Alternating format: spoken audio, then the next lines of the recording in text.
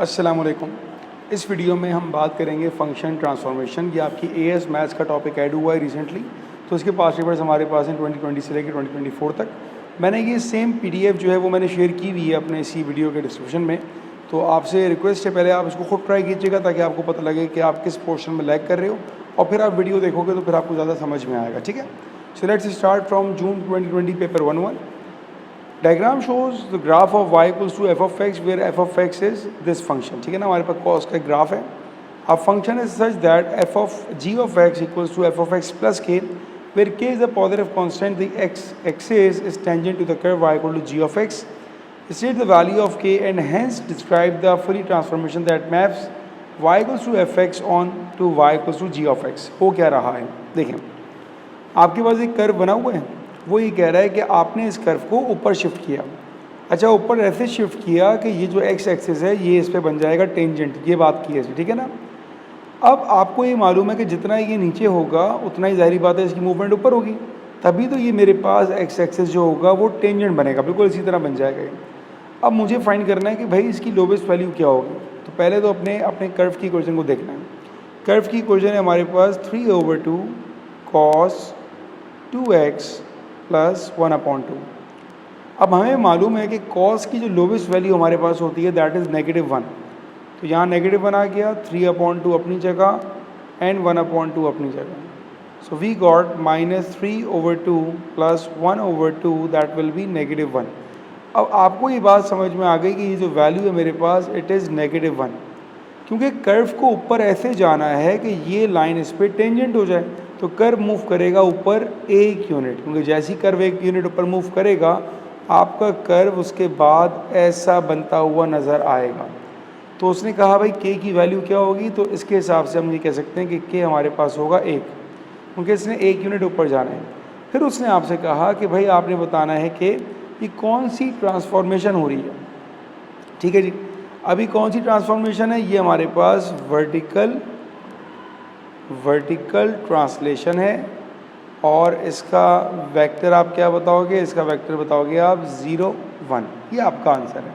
Alright, next one, it's June 2020 paper 1-2। We have 3 functions f of x, g of x and h of x. Describe fully a sequence of transformation that maps the curve y equals to F of x on to h of x. तो अगर F of x जा रहा है H of x पर, तो कौन सी transformation है, तो पहले तरह हम पढ़ते हैं एच ऑफ एक्स के बारे में। अच्छा, एच ऑफ एक्स के बारे में इसने कह दिया हमको that h of x is equals to g times of x plus pi, मतलब g of x plus pi. ठीक है, जी ऑफ एक्स क्या था हमारे पास, जी ऑफ एक्स था हमारे पास -2 times of F of x. ठीक है, तो अब क्या करेंगे, पहले हम निकालेंगे भाई G of x plus pi क्या होगा। तो हमारे पास G of x plus pi is equals to -2 of F of, अब जहाँ पर भी x होगा वहाँ पर आ जाएगा मेरे पास पाई। ठीक है, तो f के फंक्शन में जहाँ पर भी x है वहाँ पर पाई पुट करेंगे तो ये आएगा 2 - 3 साइन 2, और इसकी जगह आ जाएगा x प्लस पाई। तो हमारे पास जो फंक्शन आया g of x plus pi, ये आ गया हमारे पास, मल्टीप्लाई करें अगर -2 × 2 -4 plus 6 sign 2x plus pi, ये हमारे पास आ गया g of x plus pi. अब उसने ये कहा कि एक फंक्शन f ऑफ x था जो पहुंचा h ऑफ x पर, मतलब एक फंक्शन आपके पास था 2 - 3 साइन 2x, ये आपका फंक्शन था। आपने इसमें कौन सा ऐसा जादू किया कि ये फंक्शन आपका पहुंच गया -4 plus 6 sign 2x plus pi. ये ट्रांसफॉर्मेशन हमें बतानी है। अब ज़रा हम पहले ट्रांसफॉर्मेशंस को हाईलाइट करते हैं। देखिए, पहली बात आपको नजर आई कि यार यहाँ पर x है और यहाँ पर है x प्लस पाई, ये मूवमेंट हुई हमारी हॉरिजॉन्टल में। फिर आप ऑब्जर्व करो कि जो नंबर यहाँ थे 2 और 3 ये उसके डबल हो रहे हैं। ठीक है, लेकिन साइन चेंज हो रहा है, ये +2 था तो ये -4 हुआ, और ये -3 था तो ये +6 हुआ। इसका मतलब ये हुआ कि ये हमारे पास रिफ्लेक्शन प्लस वर्टिकल स्ट्रेच है। ठीक है, तो पहली बात, सबसे पहली बात अगर मैं बात करूँ इसके रिफ्लेक्शन की, तो भाई देखें अगर मैं इस पूरे को माइनस से मल्टीप्लाई करूँ तो साइन ऐसे हो जाएंगे, तो मेरे पास था 2 माइनस 3 साइन 2x, इस पूरे को मैंने माइनस से मल्टीप्लाई किया तो मेरे पास क्या आया -2 प्लस 3 साइन 2x। तो मेरे पास पहली ट्रांसफॉर्मेशन क्या हो जाएगी, पहले मेरे पास हो जाएगा रिफ्लेक्शन इन x एक्सिस, ये मैंने पहली अप्लाई कर दी। दूसरी आते हैं, अब जब आपने पहली रिफ्लेक्शन को हाईलाइट कर दिया उसके बाद आपने y पे चल रहे हैं तो y पर हमारे पास आएगा स्ट्रेस फैक्टर। अब ये देखो बेटा कि ये 2 से 4 हुआ और 3 से 6 हुआ, इसका मतलब ये हुआ कि ये स्ट्रेच हुआ parallel to y axis. So stretch factor two parallel to y axis, ये दोनों मैंने आपके साथ शेयर कर दिए हैं वर्टिकली ना।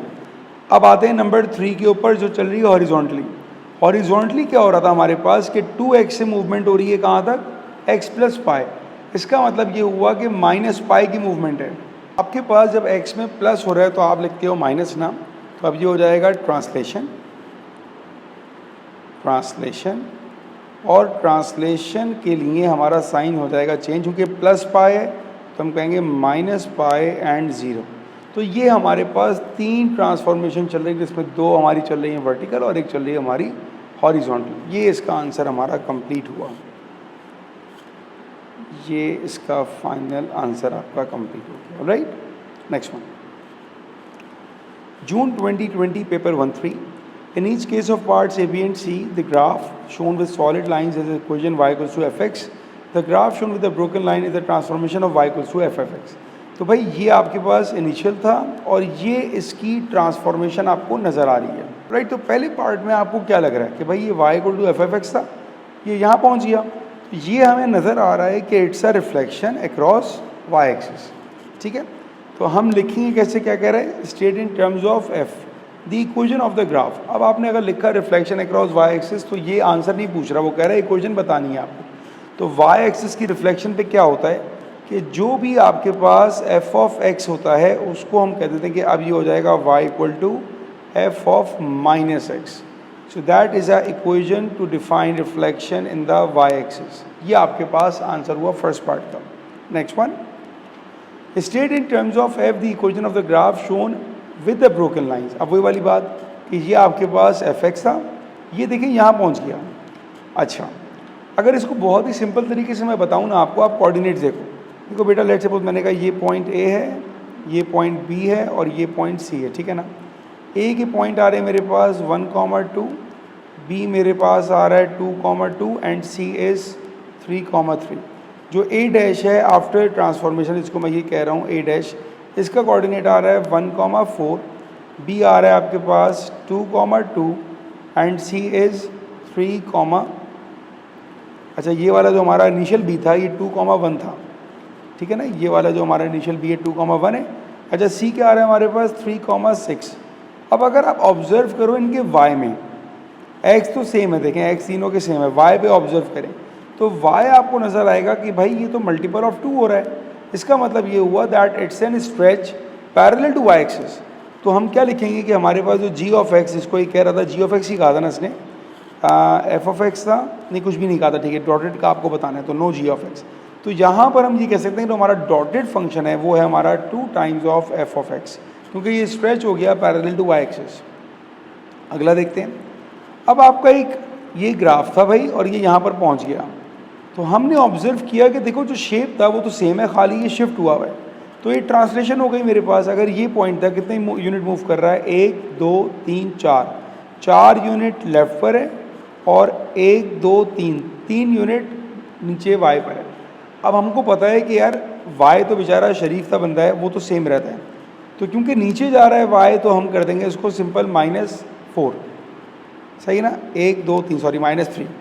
y हमारे पास नीचे जा रहे हैं तो y तो आ जाएगा -3। x कितना जा रहा है, 1 2 3 4। ठीक है, आप किसी भी पॉइंट से कर सकते हो। अगर आपने इस पॉइंट को यहाँ से यहाँ लेकर आ रहे हो तो 1 2 3 4, क्योंकि -4 है लेकिन x का काम होता है उल्टा, इसको हम लिखेंगे x + 4। ये इसका आंसर है।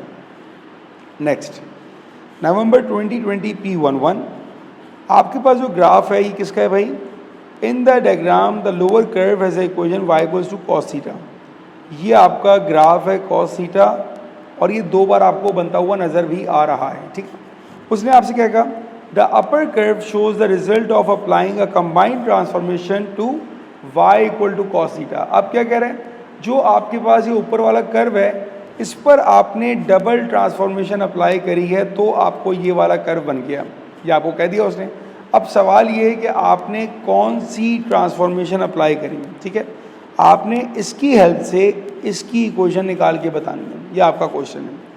अब स्टार्ट कैसे करते हैं भाई?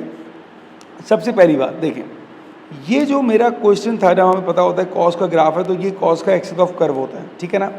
इसका एक्सिस ऑफ कर्व था 0 पर, और जो नया ग्राफ है ये वाला, इसका जो एक्सिस ऑफ कर्व होगा मतलब इनका मिड पॉइंट 1 और 5 का मिड पॉइंट हुआ 3।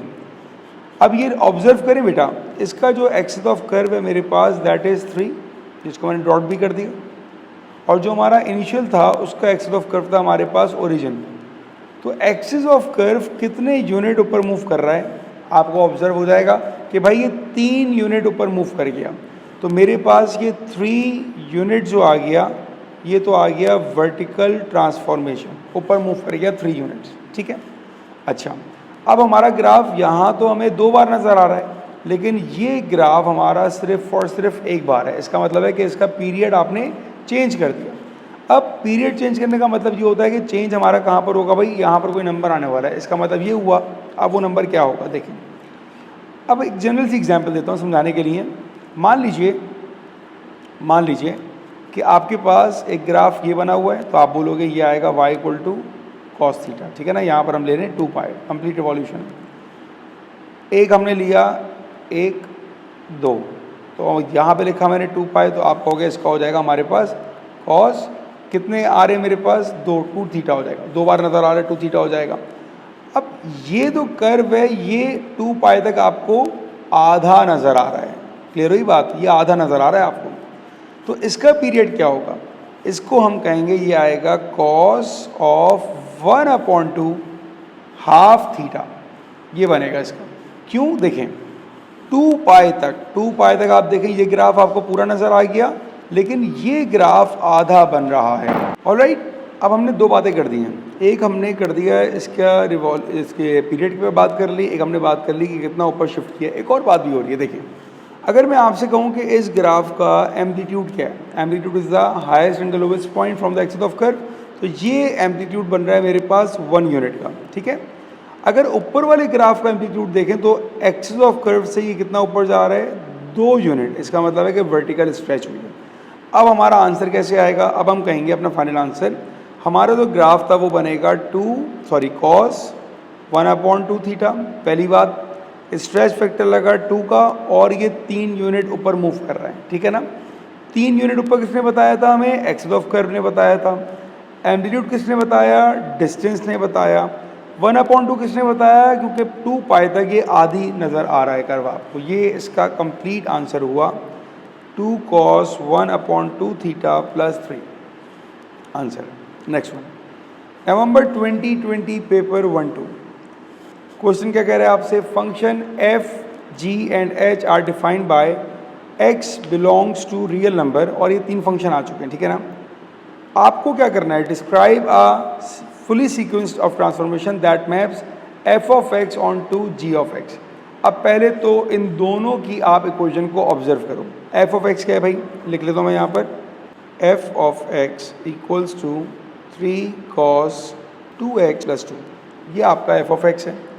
और g ऑफ x क्या है भाई हमारे पास? g of x is f of 2x plus 4, f of 2x plus 4। तो आसानी के लिए अगर मैं f ऑफ 2x निकालूँ तो f ऑफ 2x क्या बन जाएगा मेरे पास? ये हो जाएगा 3 cos, हमने क्या सीखा होता है x की जगह 2 आ जाएगा, तो ये आएगा 4x प्लस 2।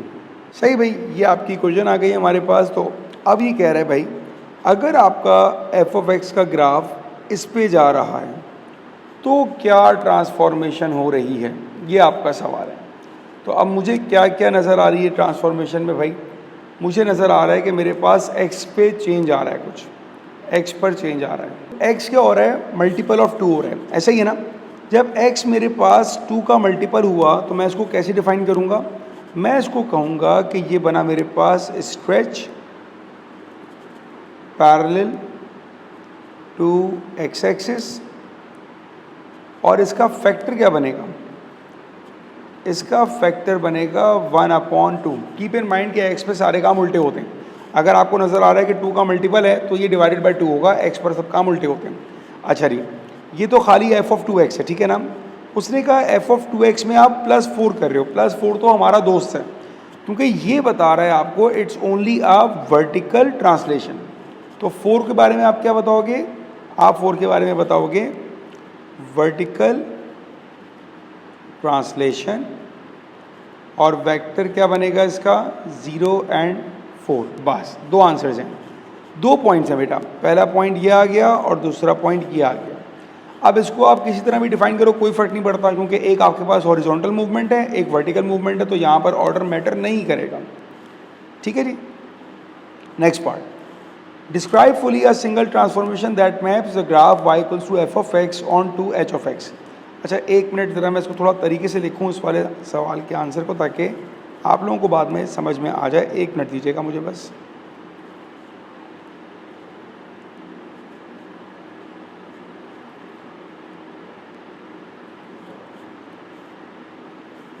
एक मिनट बस, इसके बाद f(2)(x) हो गया, ठीक है।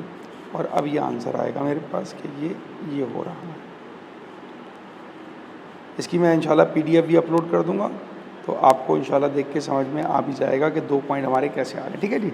अच्छा जी, अब ये कह रहे हैं fully transformation that maps y equals to f(x)।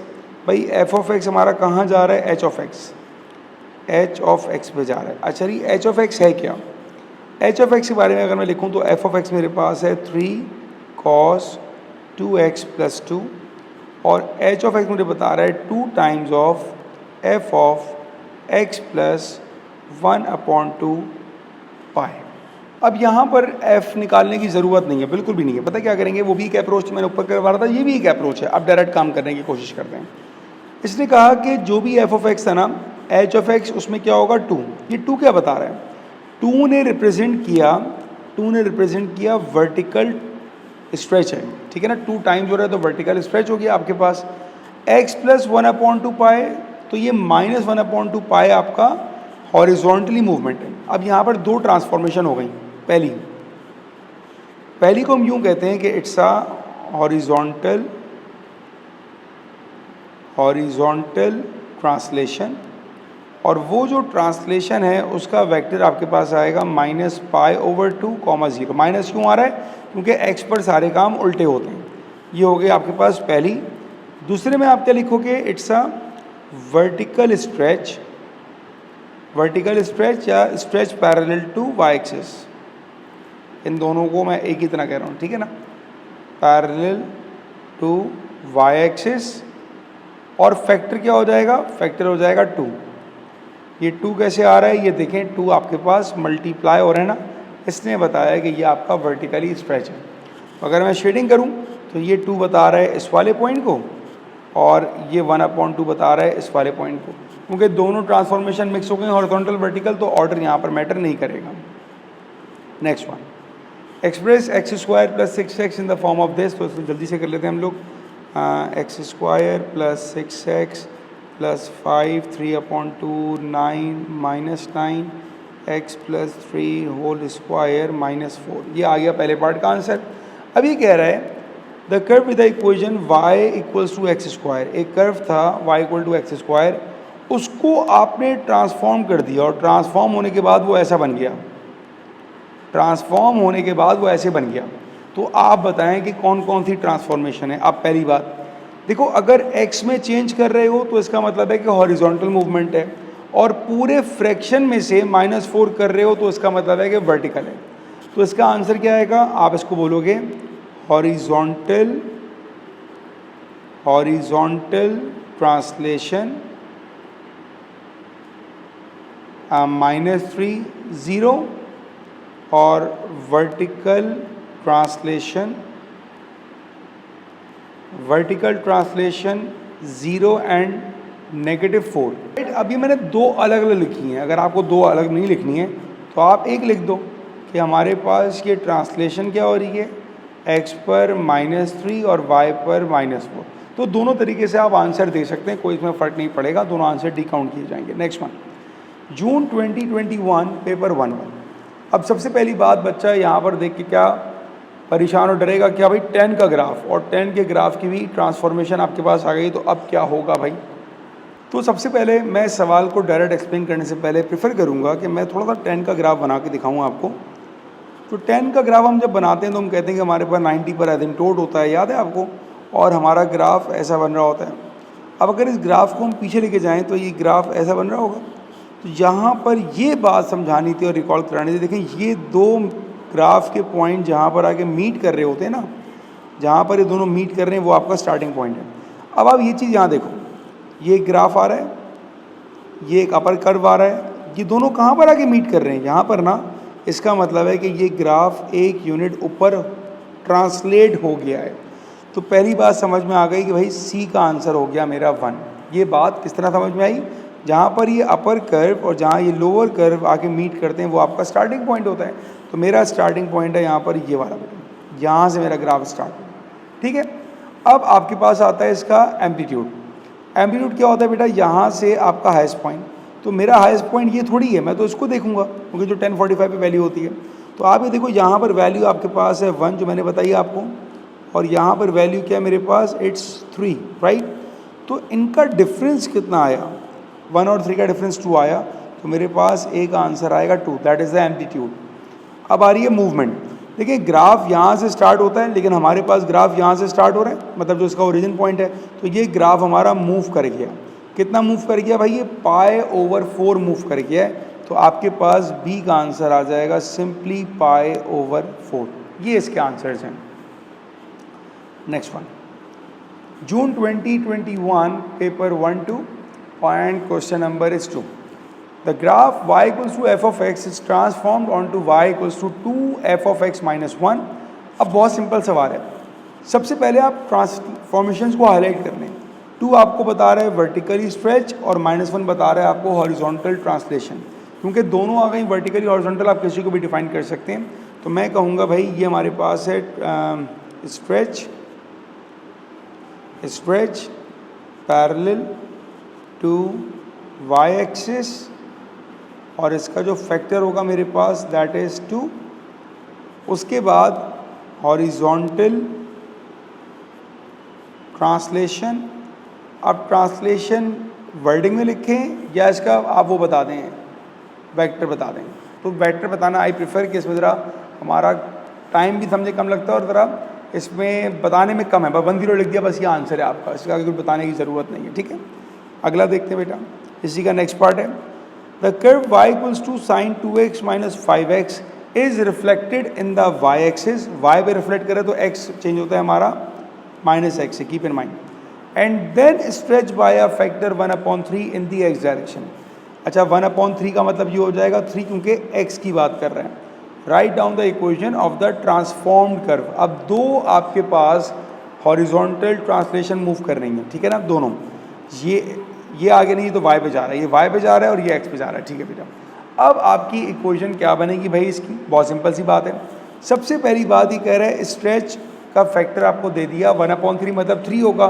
तो मैंने अपने पास हर जगह 3 को मल्टीप्लाई करना होगा। तो पहला काम क्या हो जाएगा, ये हो जाएगा sin 2x की जगह क्या आएगा 3x माइनस 5x की जगह आएगा 3x। ये हुआ आपका पहला काम। ये हो जाएगा sin 6x माइनस 15x। पहली बात हो गई। फिर हमने कहा था कि रिफ्लेक्शन भी तो है, तो जहाँ पर भी x होता है ना, वहाँ पर आप जस्ट लिख दें -x, बस। जहाँ पर x है वहाँ आपने लिखा -x। अब इसका आंसर क्या बनेगा, ये आएगा minus sin 6x plus 15x। ये इसका आंसर बन जाएगा। दोनों ट्रांसफॉर्मेशन आपने अप्लाई कर दी हैं, फाइनल आंसर ये बना, ठीक है। Next, June 2021 paper 1-3 question number 6। आपके पास f और g के फंक्शंस दिए हुए। By first expressing fx gx in completing square form f of x plus p plus q where p and q are constant. ठीक है जी। तो पहला काम तो आपने क्या करना है भाई, पहले तो आपने इनको कंप्लीटिंग स्क्वायर फॉर्म में बताना है। तो एफ ऑफ एक्स क्या है मेरे पास, एफ ऑफ एक्स है x square minus 2x plus 5, completing square के लिए 2/2 किया, 1 माइनस 1 आया, ये बनेगा x माइनस 1 का होल स्क्वायर और प्लस 4। ये तो आ गया आपका f of x. G of x भी निकाल लेते हैं। जी ऑफ एक्स क्या था हमारे पास, X square plus 4x plus 13, 4/2 2 का स्क्वायर किया 4 और 4/2 2 का स्क्वायर 4 और माइनस 4। सही। तो अब आपका आंसर क्या बन जाएगा, आपका आंसर बनेगा x plus 2 whole square 13 minus 4s plus 9। ये आपके पास आ गया जी ऑफ एक्स। ये आपने दोनों निकाल लिए। अभी कह रहे हैं express G of X in the form, मतलब जी को आपने एक्सप्रेस करना है in the form of F. अब भाई जी को एक्सप्रेस करना है मुझे in the form of F, तो क्या हो रहा है। पहली बात मुझे नज़र आ रही है, जहाँ पे कुछ चेंज नज़र आ रहा है कि भाई ये +2 से जा रहा है -1 पर। ऑब्जर्व करते हैं, देखें ये मूवमेंट क्या हो रही है, हॉरिजॉन्टल वर्टिकल। मुझे इसको इस फॉर्म में लेके जाना है, ठीक है ना, मुझे इस फॉर्म में बनाना है। इसको अभी बनाते हैं, बहुत ही सिंपल सी बात है। अब देखें -1 को बनाना है 2, तो पहले मैं लिखूँ इसको। मैंने कहा भाई मेरे पास लिखा था x माइनस 1 था, मुझे इसको 2 बनाना है, तो मैं करूँगा इसमें +3। ऐसे ही होगा, -1 को -1 था, इसको 2 बनाना था, तो मैंने +3 कर दिया ताकि 2 बन जाए। और 4 लिखा हुआ था, 4 में आप क्या ऐड करो कि आपको 9 मिल जाए, तो आपने ऐड किया इसमें +5। अब जो ये आपने ऐड करना शुरू किया है, इसके बारे में आपने डिफाइन करना है बेटा। बहुत सिंपल सी बात है, क्योंकि x पर मैंने 3 यूनिट किया है, तो इसका मतलब -3 आएगा और y पर आएगा मेरे पास +5। तो अब मैं कहूँगा कि मेरे पास जो है ना वो ट्रांसलेशन हुई है, और ट्रांसलेशन x पर होगी -3 और y पर होगी 5। x पर -3 को हाईलाइट कर दूँ तो बेटा ये वाली है x की, क्योंकि x पर हमारा साइन चेंज होता है, और y की हमारे पास ये वाली है। तो ये आपके पास पहले सवाल का आंसर है। इसकी आप वेटेज देखें, 4 मार्क। 4 मार्क में से खैर 2 मार्क तो ऐसी के होंगे जिसमें आपने कंप्लीटिंग स्क्वायर फॉर्म में किया था। Next one, describe fully the transformation that graph. अच्छा, आप ट्रांसफॉर्मेशन बतानी हो, मैंने दोनों के आंसर बता दिए, सही है। तो मेरे पास जो नेक्स्ट पार्ट का आंसर था वो ये था, ये मेरे पास नेक्स्ट पार्ट का आंसर था। और जो फर्स्ट पार्ट था उसमें आपके पास पी और क्यू के आंसर आपको मिल गए थे, कि उसमें जो मेरे पास पी का आंसर आ रहा था दैट वाज 3 और 5। उसको इस फॉर्म में लाने के लिए मैं सिंपल क्या कर सकता हूँ, मैं ये कह सकता हूँ कि भाई जी ऑफ एक्स बराबर है, अगर मैं एफ ऑफ एक्स में ऐड कर दूँ 3 और 5, वही बात जो मैं आपको बता ही रहा था कि 4 + 5 एंड -1 + 3। तो ये मेरे पास जी ऑफ एक्स का आंसर होगा, और ट्रांसलेशन मैंने आपको यहाँ पे डिफाइन कर दी। तो आसान सा सवाल था, ठीक है। Next one, November 2021 paper 1-1 and question number 8। तो आपको फंक्शन दे दिया और आपसे कहा भी फंक्शन को इस फॉर्म में लेकर आओ, कंप्लीटिंग स्क्वायर फॉर्म में, 2 मार्क दे देते हैं आपको। बहुत सिंपल सी बात है। इसको लाने के लिए पहले आप इनमें से -3 कॉमन निकाल लो। ये आएगा x² -4x और +2 बाहर है। अब आपने किया 4/2, 2 का स्क्वायर हो जाएगा 4 और -4। ये बनेगी आपके पास आइडेंटिटी x -2 का होल स्क्वायर, -4 अपनी जगह और बेचारा बाहर -3 अपनी जगह, +2 अपनी जगह। सिंप्लीफाई करते हैं इसको। So you got -3 times x -2 whole square +12 +2। तो आपका पहले पार्ट का आंसर आ गया -3x -2 होल स्क्वायर +14। ये हुआ पहले पार्ट का आंसर। इसके बाद the result of translating the graph y equals to F x यही फंक्शन था हमारे पास, ये वाला फंक्शन था, by -3 1 is the graph of ji of x. तो पहले तरफ जी की तरफ इक्वेशन पे जाते हैं। इसने आपसे कहा -3 और 1। अच्छा नहीं, मेरे पास एफ एक्स की इक्वेशन क्या थी, एफ एक्स की इक्वेशन मेरे पास है -3 टाइम्स x -2 विद स्क्वायर +14। ये है, क्योंकि -3 है तो हमें यहाँ पे +3 करना पड़ेगा, और 1 है तो ये हो जाएगा +1। तो मेरे पास जी ऑफ एक्स की इक्वेशन क्या आ जाएगी, G of x is equals to -3 times x +1 whole square +15। ये आ गया मेरे पास जी ऑफ एक्स। सही है। अब इस g ऑफ x को आपने इस फॉर्म में लेके जाना है। तो आप इसकी ब्रैकेट की एक्सपेंशन स्टार्ट करेंगे, -3 अपनी जगह, x + 1 का whole square, x² plus 2x plus 1 plus 15, simplify किया, -3x² -6x -3 plus 15 and finally we got -3x² -6x plus 12। ये आपका आंसर आ गया जो कह रहा था। तो p की वैल्यू हमारे पास क्या आ गई, -3, q आ गया -6 एंड r आ गया हमारे पास 12। ये आपका आंसर है। Alright, next one, the graph y equals to f of x is transformed on the graph y equals to f of 2x -3। तो बहुत ही सिंपल आसान तरीन सवाल है। आपको क्या नज़र आ रहा है, ये मेरे पास हुआ हॉरिजॉन्टल स्ट्रेच और ये हुआ वर्टिकल शिफ्ट। तो आप क्या लिखोगे भाई, stretch parallel to x axis, और इसका आपको फैक्टर बताना पड़ेगा। फैक्टर कितना हो जाएगा मेरे पास, 1/2। पहली बात ये हो गई। और दूसरी बात, अब ये आपको कह रहा है 3, तो अब आप क्या कहोगे इसको, ट्रांसलेशन और वेक्टर आप बता देंगे इसका 0 एंड -3। ये दो आपके आंसर्स हो गए। अब ये कह रहा है भाई कि एक पॉइंट है 5,6, उसको आपने ट्रांसफॉर्म किया इस कर्व से। तो आपको 5,6 का ट्रांसफॉर्म कोऑर्डिनेट बताना है। अच्छा जी, ट्रांसफॉर्म कोऑर्डिनेट ना, अगर कोई पॉइंट एक्स वाई था, हमने जो ट्रांसफॉर्मेशन करी, हमारी ट्रांसफॉर्मेशन के बाद डिसाइड किया था कि x का जो फैक्टर होगा वो हो जाएगा x/2, राइट। और जो y है वो क्या हो जाएगा, y में से 3 माइनस होगा। ये हमारे ट्रांसफॉर्म कोऑर्डिनेट्स हैं।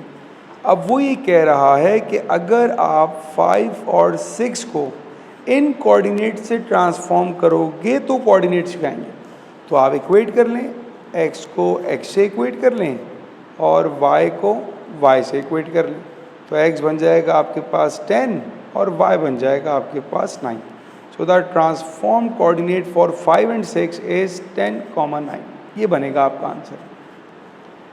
Next one, November 2021, paper 1-3, question number 1.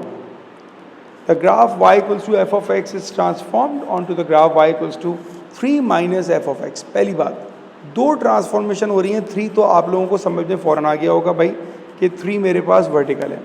यहाँ पर माइनस का साइन लग गया, मतलब मेरा पूरा फंक्शन जो होगा वो रिफ्लेक्ट हो जाएगा। किसके अक्रॉस रिफ्लेक्ट होगा भाई, x के अक्रॉस रिफ्लेक्ट हो जाएगा। दो ट्रांसफॉर्मेशन। सो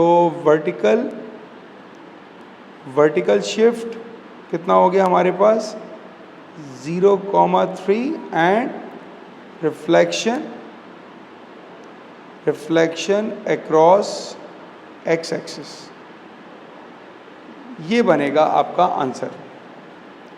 मार्च 2022, पेपर 1-2। इसको इस फॉर्म में लेके जाना है। यहाँ से फ़ौरन 2 कॉमन निकाला, यू गॉट x² - 4x। 14 अपनी जगह, 14 से कॉमन नहीं निकालते हम। 4/2 किया, 2 का square 4 -4।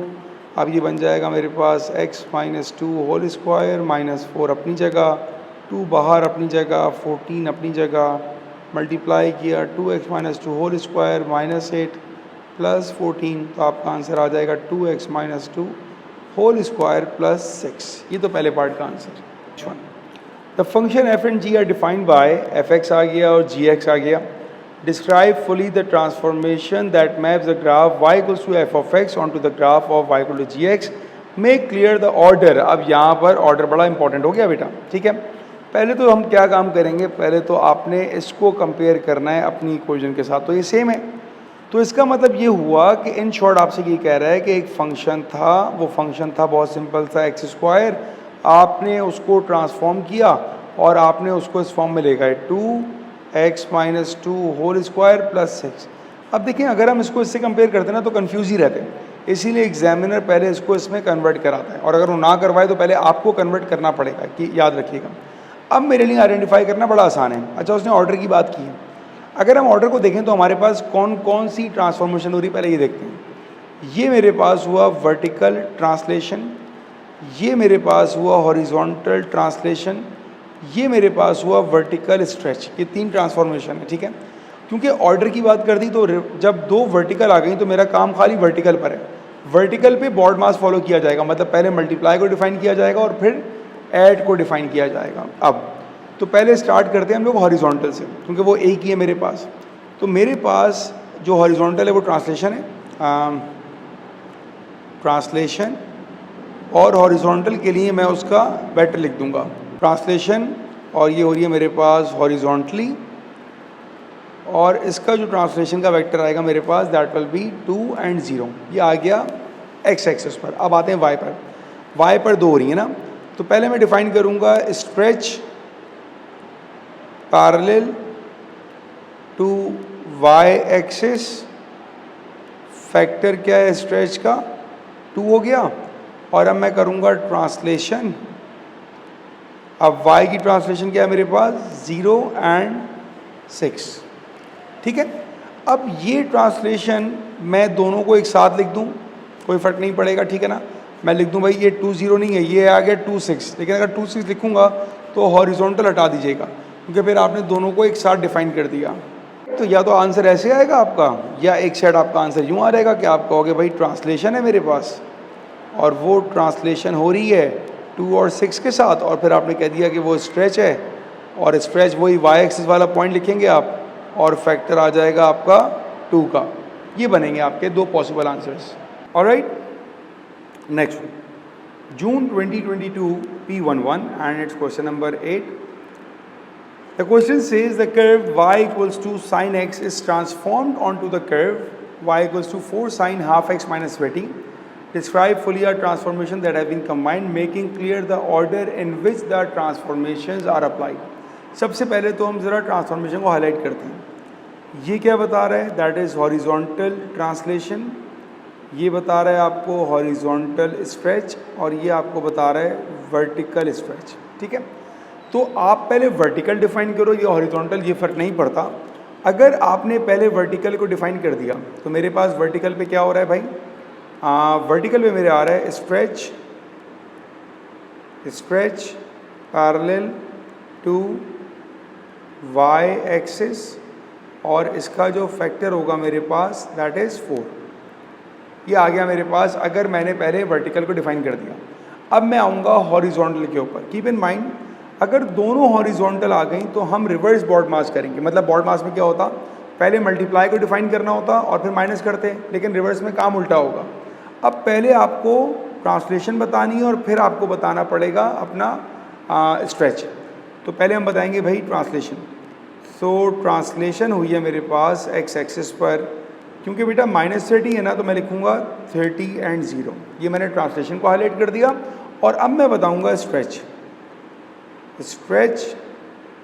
Parallel to x axis, और इसका फैक्टर क्या हो जाएगा मेरे पास 2 विद आ फैक्टर ऑफ 2। ये मेरा हो जाएगा एक कंप्लीट प्रॉपर में ऑर्डर, ठीक है ना। अब आप पहले अगर हॉरिजॉन्टल को डिफाइन करते तो पहला पॉइंट ये आता, दूसरा पॉइंट ये आता और तीसरा पॉइंट ये आता। इससे फ़र्क नहीं पड़ता कि आप हॉरिजॉन्टल से स्टार्ट करो या वर्टिकल से स्टार्ट करो, लेकिन अगर आपने हॉरिजॉन्टल दोनों स्टार्ट कर दिए तो उस पर ऑर्डर मैटर करेगा कि हॉरिजॉन्टल पे आपने रिवर्स ऑर्डर को अप्लाई करना होगा। ये बात याद रखिएगा, रिवर्स बॉड मास, सॉरी, ऑलराइट, रिवर्स ऑर्डर नहीं, रिवर्स बॉड मास अप्लाई करना पड़ता है आपको हॉरिजॉन्टल के ऊपर। Next one, it's paper 13 June 2022 and question number 4। The curve with the equation y equals to x square plus 2x minus 5 is translated by -1 and 3. Find the equation of the translated curve. Give your answer in the form of this. ठीक है, देखिए आपके पास ये -1 क्या बता रहा है movement x में, और आपके पास अगर ये -1 बता रहे हैं ना, तो आप क्या करो, जहाँ पर भी x है ना वहाँ लिख दो x+1, क्योंकि आपकी मूवमेंट आ रही है हॉरिजॉन्टली। जहाँ पर भी x है वहाँ पर x+1 और -5, और ये कितना है 3, तो ये हो जाएगा +3। ये हो गया आपके ट्रांसफॉर्मेशन अप्लाइड। सिंप्लीफाई कर दें, x² + 2x + 1 + 2x + 2 - 2, ये +2 - 2 कैंसिल हो गया। क्या बचा आपके पास x² + 4x + 1। ये आपने इसको इस फॉर्म में लिख के दिखा दिया, ये आपका सिंपल सा आंसर हो गया। Next one, the curve with the equation y equals to X square plus 2x minus 5, same equation है, is transform to a curve this one, describe fully the transformation that has been applied. ठीक है, तो मेरे पास क्या कह रहा है कि भाई x square plus 2x minus 5 ये एक ओरिजिनल था, और मैंने जब अप्लाई किया तो ये आ गया 4x square plus 4x minus 5। अब यहाँ पर पहला काम देखें आप साइंस को, देखिए साइन दोनों की सेम है, plus plus minus plus plus minus, इसका मतलब रिफ्लेक्शन नहीं हो रही। फ़र्क क्या आ रहा है? फ़र्क मुझे नज़र आ रहा है कि खाली मेरा x जो था ना वो रिप्लेस हो गया 2x से।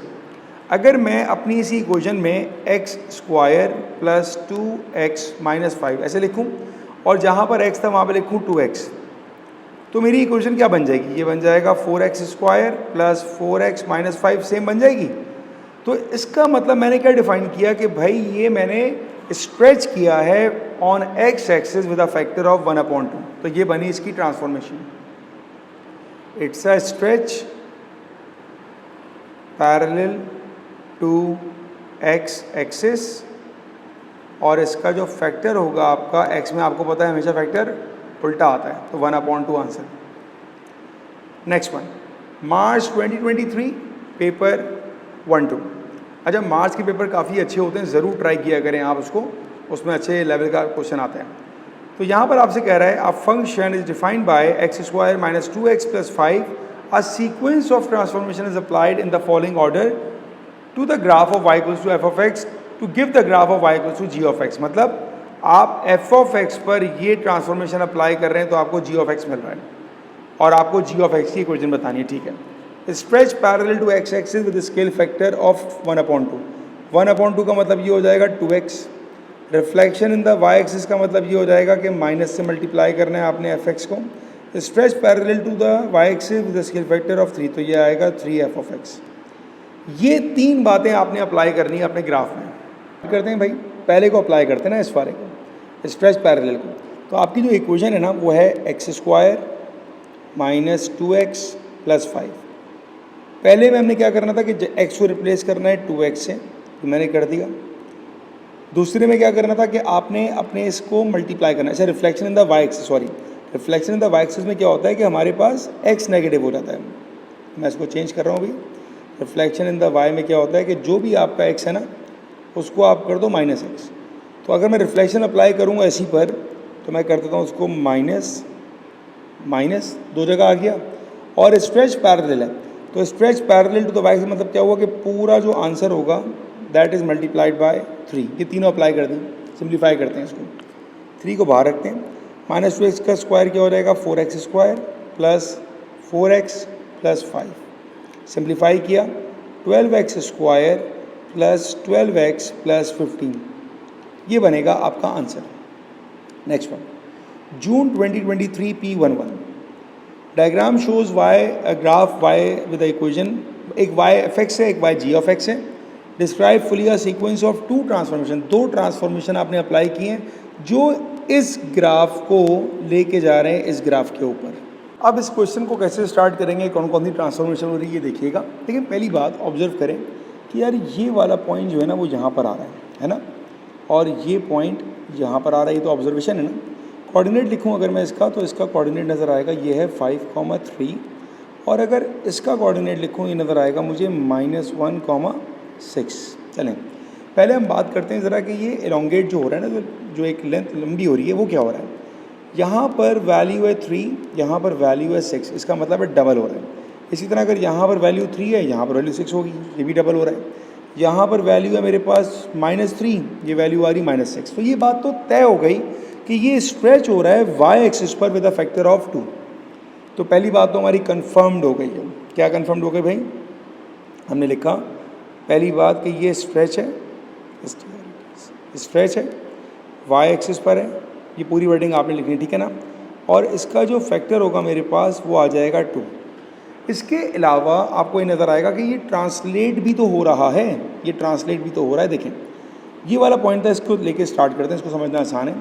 पहले ये पॉइंट मूव किया, 1 2 3 4 5 6, यहाँ मूव किया और फिर यहाँ से 2 स्ट्रेच कर गया, सही है ना। अगर इसको देखें हम 1 2 3 4 5 6 यहाँ पर आया, और फिर ऊपर स्ट्रेच कर गया। तो इस पे जो मूवमेंट हो रही है हमारे पास वो 6 यूनिट्स की हो रही है, सही है ना।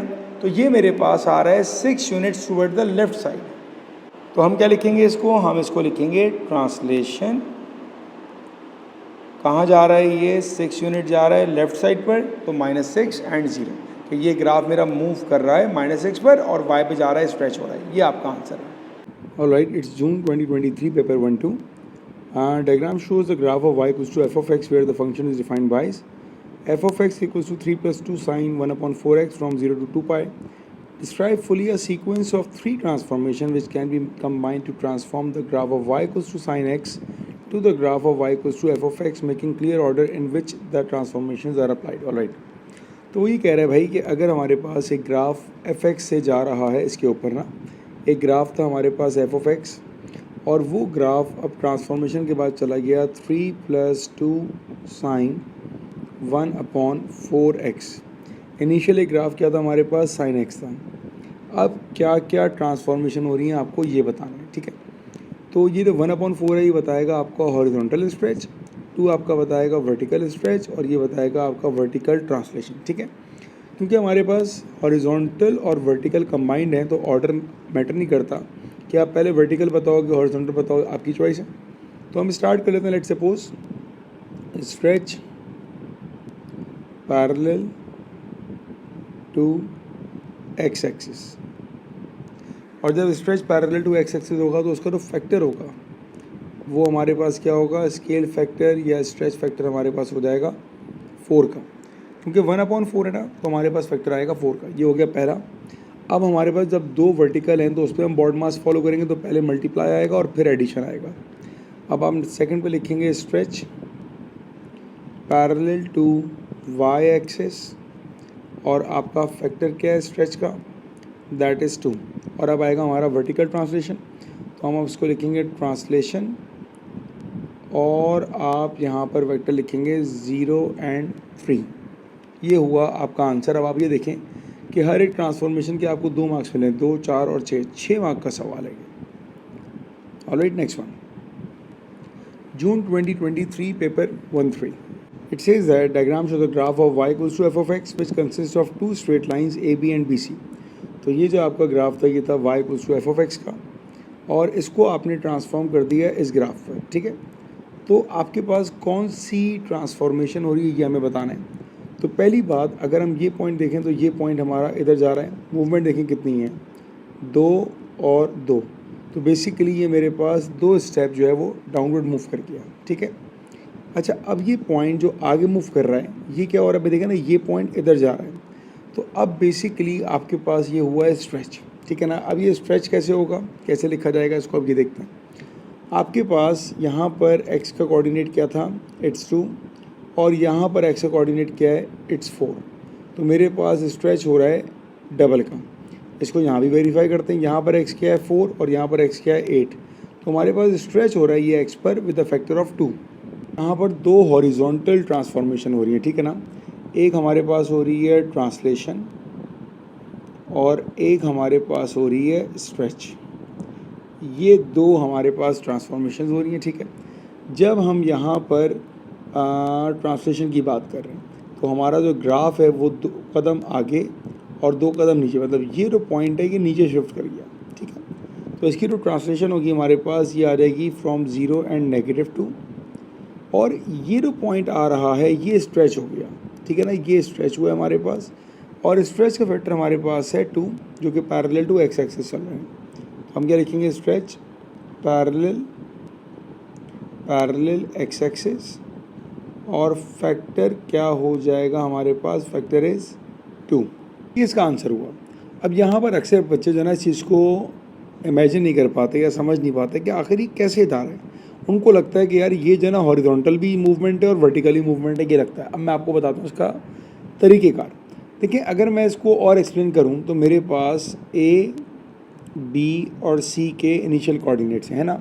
तो A का जो कोऑर्डिनेट है मेरे पास इनिशियल वो है 1,3, B का जो इनिशियल कोऑर्डिनेट है वो है 2,5, और C का इनिशियल कोऑर्डिनेट मेरे पास है 4,4। ये है मेरे पास initial coordinate.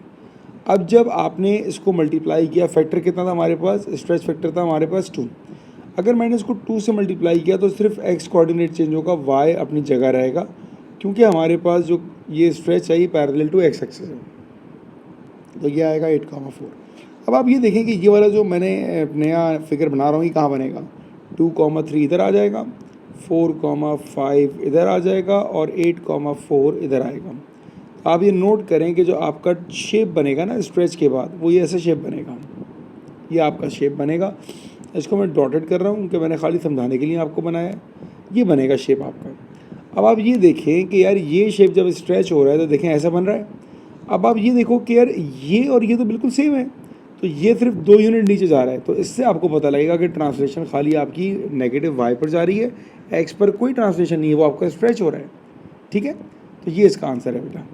Moving towards the next one, November 2023 P11, transformation R denotes the reflection in the x-axis and the transformation T denotes the translation of 3 and -1। तो R डिफाइन कर रहा है भाई रिफ्लेक्शन इन द x-axis और T define कर रहा है translation of 3 and -1।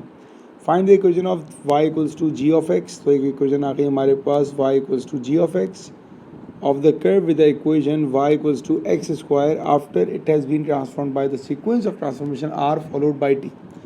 तो आपने अब डबल ट्रांसफॉर्मेशन अप्लाई करनी है R फॉलोड बाई T। पहले तो R फॉलोड बाई T का मतलब क्या हुआ भाई, R फॉलो करेगा T को, इसका मतलब है पहले T अप्लाई होगी और T के आंसर पे R को अप्लाई करना है। तो ठीक है, T है ट्रांसलेशन ऑफ 3 - 1। अब हमको मालूम है कि X पर तो हमारा काम उल्टा होता है, तो ये हो जाएगा X क्योंकि +3 था, ये हो जाएगा -3 और वर्टिकल ट्रांसफॉर्मेशन है -1। पहले T अप्लाई कर दिया, इसको फॉलो कौन करेगा, R क्या कह रहा था आपको, reflection in the X axis. अगर x पे रिफ्लेक्ट होगा तो नेगेटिव कौन हो रहा होगा, y। तो इस पूरे को हम मल्टीप्लाई कर देंगे माइनस के साथ, तो हमारा आंसर आ जाएगा 1 - g of x -3 with the square, क्योंकि स्क्वायर तो आपको दिया हुआ था बेटा। तो ये आपने डबल ट्रांसफॉर्मेशन को अप्लाई कर दिया। पहले क्या किया था हमने इसमें, पहले हमने t अप्लाई किया, जब हमने t अप्लाई किया तो हमारा आंसर ये बन गया था, ठीक है। और उस पर हमने अप्लाई किया r, तो अच्छा एक मिनट, जब हम R अप्लाई करेंगे ना तो हमारे पास जो नेगेटिव साइन होगा वो तो x की टर्म पे जाता है, तो ये क्या होगा हमारे पास, तो हम एक काम ही करते हैं कि ये जो लिखा हुआ था ना ये आएगा यहाँ पर, ये ऐसे बनेगा, सिर्फ g वाली टर्म नेगेटिव होगी। इसका आंसर हमारे पास क्या आ जाएगा, that will be -x -3 whole square -1। सिर्फ वो टर्म जो x वाली टर्म है ना वो नेगेटिव हो जाएगी, क्योंकि हम कर रहे हैं t फॉलोड बाय r। ये हुआ पहले का answer. Next one, find the equation y equals to h of x of the curve with the equation y equals to x square। Again आप x स्क्वायर में क्या कर रहे हो, अब पहले r होगा और उसको फॉलो कर रहा होगा t। तो r का मतलब क्या हुआ कि आपने इसके पहले लिखा x का स्क्वायर, ये तो आपने r अप्लाई कर दिया, इसको फॉलो कर रहा होगा t। अब ये क्या हो जाएगा, माइनस, इसकी जगह क्या आ जाएगा हमारे पास x -3 whole square and then -1। अब ये पूरा नेगेटिव से मल्टीप्लाई होगा, ये फ़र्क है इन दोनों वाले पार्ट्स में। तो अब इसका आंसर हमारे पास क्या आ जाएगा, that will be 1 - x -3 whole square, कि पूरे से मल्टीप्लाई होगा। अब ये नेगेटिव साइन सही है ना, पहले r को अप्लाई किया तो नेगेटिव आ गया, अब ये पूरा एक ही फंक्शन बन गया। इसमें हमने चेंज किया, t को अप्लाई किया तो x पे नेगेटिव होता है और y आपको दिया वही नेगेटिव है।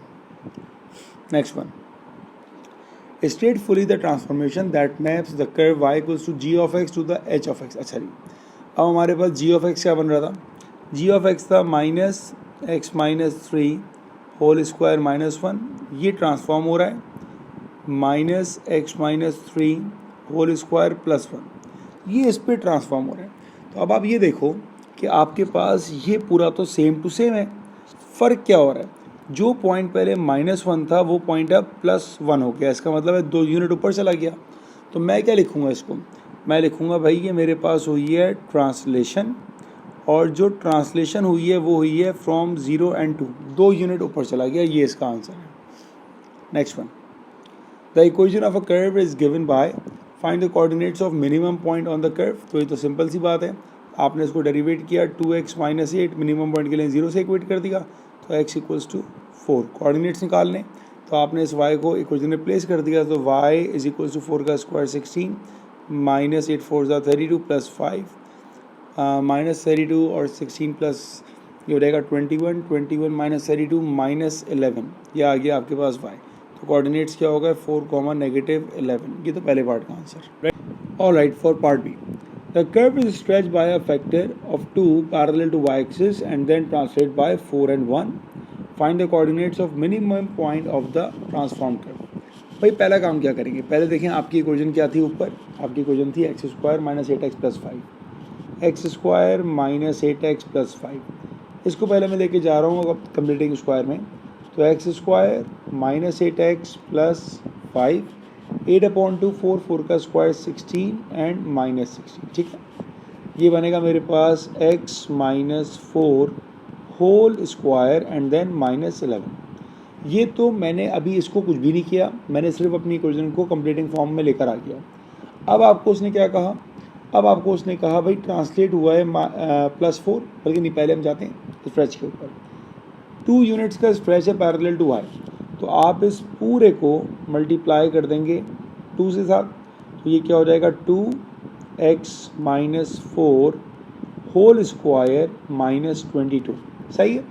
अब आपको ये कह रहा है पैरेलल ट्रांसलेशन क्या आ रही है 4, x पर हमको मालूम है कि अगर ये +4 है तो हमारे पास क्या हो रहा होगा -4 हो रहा होगा, तो पहले इसको अप्लाई करता हूँ, ये आ जाएगा 2x - 4, ये तो x - 4 है और ये 4 प्लस है तो हमारे पास तो माइनस हो रहा होगा -4 होल स्क्वायर -22।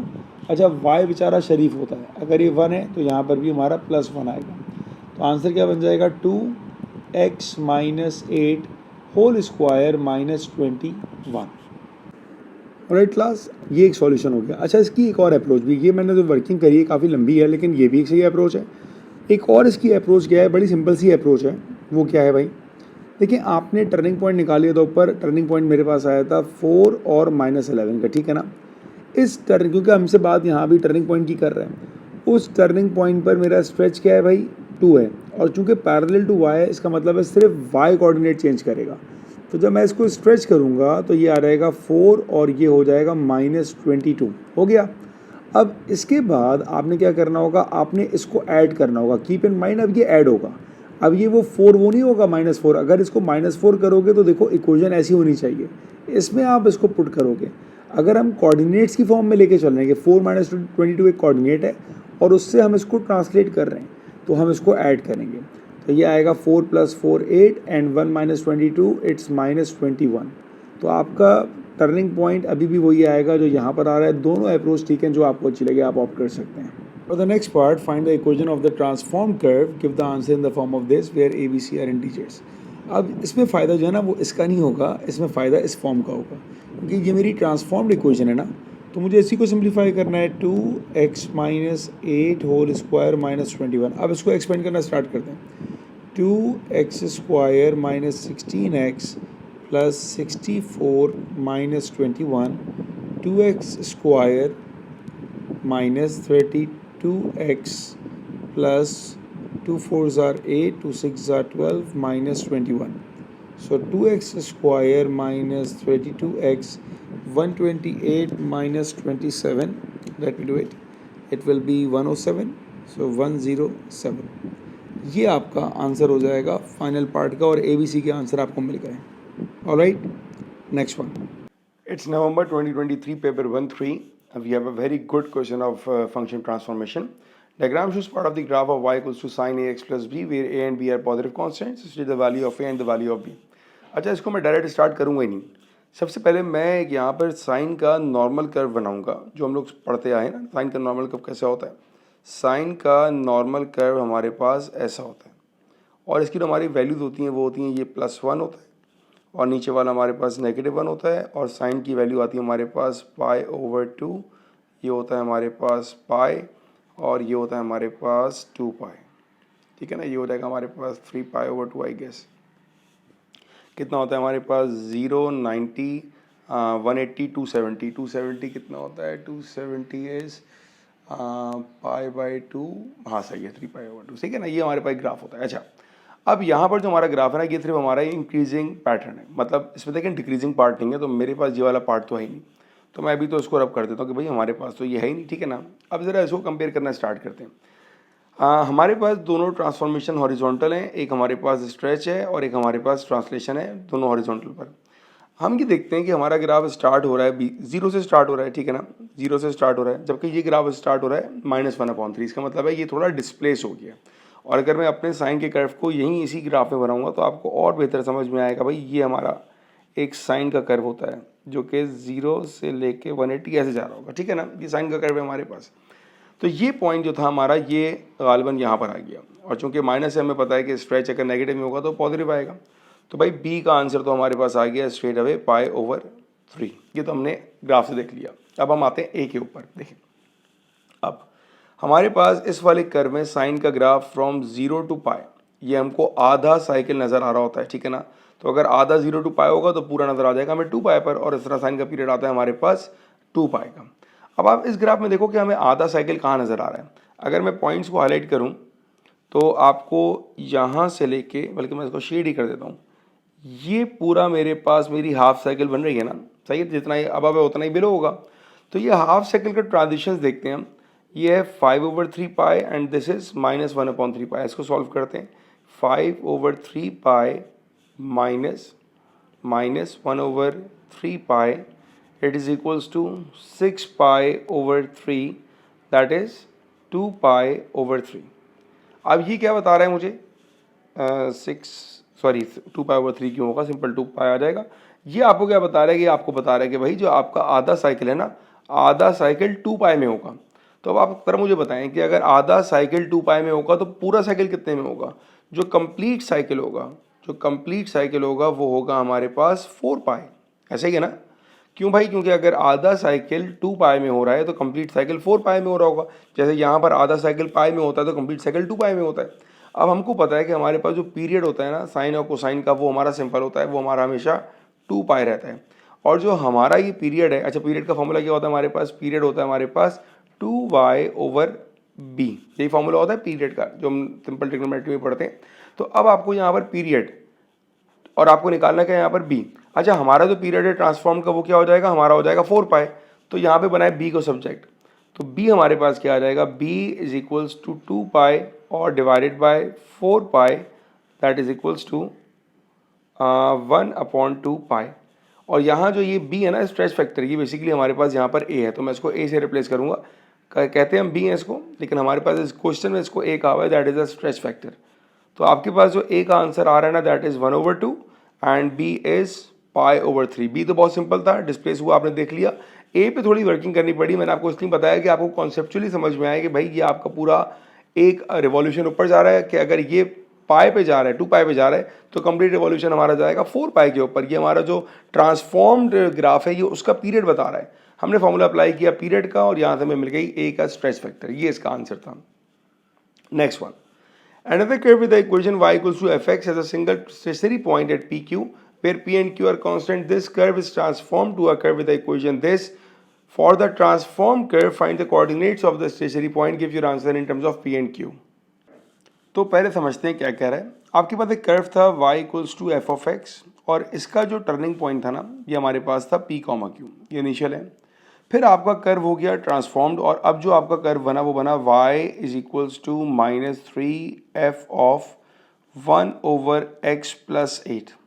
और अब आपसे ये कहा है कि भाई अब आपके जो ट्रांसफॉर्म्ड होंगे कोऑर्डिनेट होगा स्टेशनरी पॉइंट का, वो कहाँ होगा। पहली बात हम ज़रा ट्रांसलेशंस को हाईलाइट करते हैं। हमारे पास क्या क्या हो रहा है, ये माइनस बताएगा आपको कि ये रिफ्लेक्शन हो रहा है, ठीक है, ये माइनस ने बताया।